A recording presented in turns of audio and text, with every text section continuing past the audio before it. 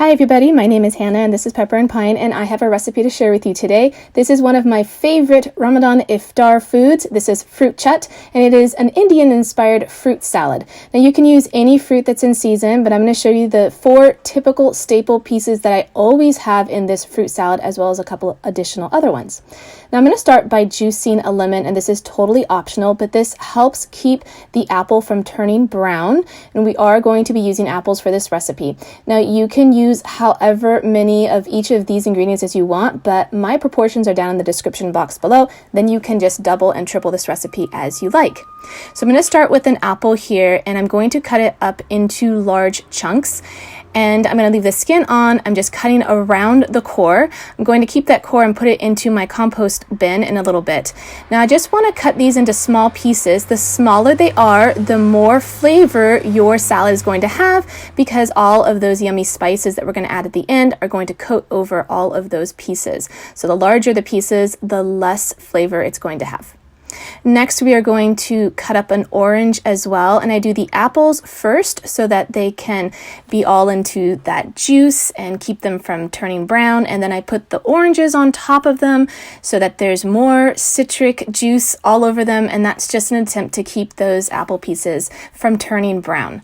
All right, so we've got those 2 oranges cut up into pieces as well. Now I'm going to add an optional seasonal item, and this is kiwi. It turns out to taste really good with all of these other ingredients. I have to say that melons and watermelons don't typically go as well in my experience with this particular type of fruit salad, but you are welcome to try all kinds of things. Strawberries are also in season right now, so I'm going to toss in a few of these as well. I didn't think they were going to taste good, but actually they taste really amazing. And you're going to see why a little bit later on, why some of these choices seem a little bit unusual considering we're going to add cayenne pepper later on.